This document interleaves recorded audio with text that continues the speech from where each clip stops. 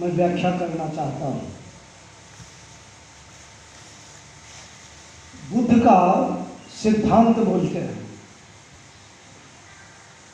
बुद्ध का धर्म नहीं है, सिद्धांत है। अंग्रेजी में थ्योरी। थ्योरी शब्द बुद्ध के थेरवाद, थेर से थ्योरी बना है। अंग्रेजी में थ्योरी शब्द कहते हैं। ये लग रहा होगा कि अंग्रेजों की देन है, तो अंग्रेजों ने थेर शब्द से थ्योरी लिया, इसलिए बुद्ध का सिद्धांत है, बुद्ध का धर्म नहीं है। इसलिए हम लोग कहते हैं धम्मं शरणं गच्छामि। बौद्ध धर्म शरणं गच्छामि नहीं कहते।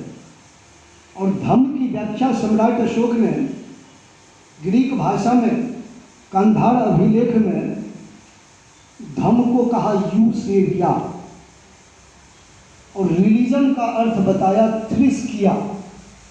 इसका मतलब धम्म और धर्म अलग अलग है, पर्यायवाची नहीं है। धम्म और धर्म विपरीतार्थक है। पूरे दुनिया में जितने भी धर्म है वह स्वर्ग, नरक, आत्मा, परमात्मा, पुनर्जन्म, ईश्वर के कंसेप्ट को मानता है, और धम्म जो है इस कंसेप्ट को नहीं मानता है। धम्म मानव बनाता है और धर्म समझिए रिलीजियस टेररिस्ट बनाता है। जो ही आप जिस धर्म को मानते हैं उसके बारे में यदि कोई आलोचना करे तो आप मारने के लिए तैयार हो जाते हैं। इसका क्या मतलब? जबकि बुद्ध को भी लोगों ने गाली दिया तो बुद्ध शांत भाव से उसका जवाब दिया। स्कूल कॉलेज एक ऐसा जगह है जहां विभिन्न जाति धर्म के लोग आते हैं और रियल में यहाँ से उनको मानव बन करके जाना चाहिए। पुनः वह जाति और धर्म में बट करके नहीं जाना चाहिए। और स्कूल कॉलेज में आकर करके भी जब यहाँ से वापस जाते हैं तो क्या वह मानव बन करके जाते हैं या अपने आप से प्रश्न है।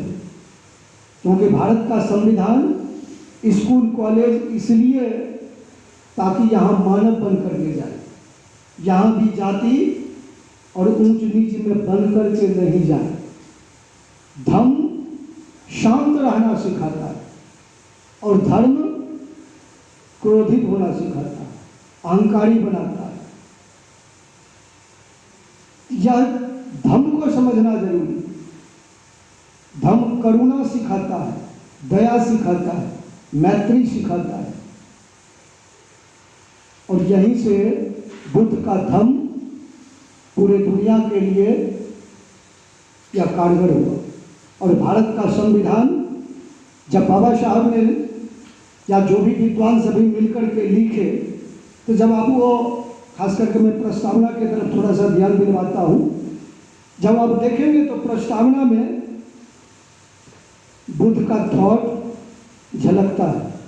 हम भारत के लोग, यानी हम का मतलब है संघ। मैं एक व्यक्ति, हम हो गया संघ, यानी बुद्ध का संघं शरणं गच्छामि। भारत, भा का मतलब होता है ज्योति और रथ का मतलब होता है संलग्न करना। जिस देश से पूरे दुनिया में ज्ञान का प्रकाश फैल रहा है, लोग ले रहा है, वह देश भारत है। मंजूश्री मूल कल्प बुद्धिज्म का किताब है, उसमें लिखा हुआ है भारत का अर्थ है बुद्ध। लोग यानी यहाँ के नागरिक, आप देखेंगे जब भारत का संविधान पढ़ेंगे तो उसमें नागरिक शब्द है। हम भारत के लोग, भारत को एक संपूर्ण प्रभुत्व संपन्न समाजवादी पंथ निरपेक्ष। पंथ कहाँ से?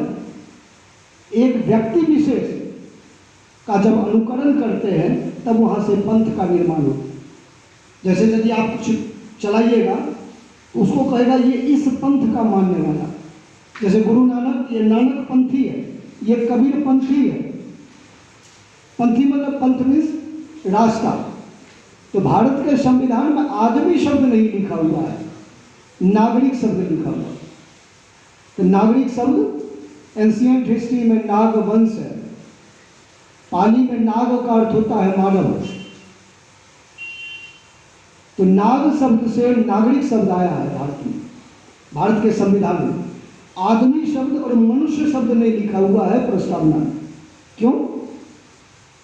क्योंकि वहां पर कंसेप्ट है आदम और ईव, यानी आदम के संतान को आदमी और मनु के संतान को मनुष्य।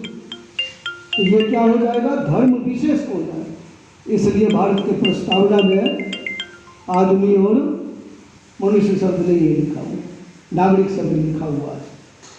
तो जब उसको आप व्याख्या करेंगे तो उसमें पता चलेगा कि किस तरह से बाबा साहब या जो भी लोग उस समय में बनाए, हम भारत के लोग भारत को प्रभुत्व संपन्न समाजवादी पंथ निरपेक्ष लोकतंत्रात्मक यानी लोकतंत्र, मिनी संविधान कहा जाता है। लोकतंत्र यानी लोगों के द्वारा बनाया गया तंत्र यानी शासन। लोकतंत्रात्मक गणराज्य बनाने, गणराज्य का मतलब एंशिएंट हिस्ट्री में पढ़ेंगे उस समय में शाक्य गणराज्य, मौर्य गणराज्य, लिच्छवी गणराज्य, जहां पर चुनाव पद्धति थी, राजतंत्र वाली बात नहीं कर रहा, गणराज्य का रहा। तो भारत का जो संविधान है वो गणराज्य है, इसलिए वो गणराज्य शब्द यहाँ पर आया। लोकतंत्रात्मक गणराज्य बनाने के लिए तथा उसके समस्त नागरिकों को सामाजिक आर्थिक राजनीतिक न्याय विचार अभिव्यक्ति, अभिव्यक्ति शब्द देखिए, व्यक्ति शब्द, ये व्यक्ति शब्द कहा जाए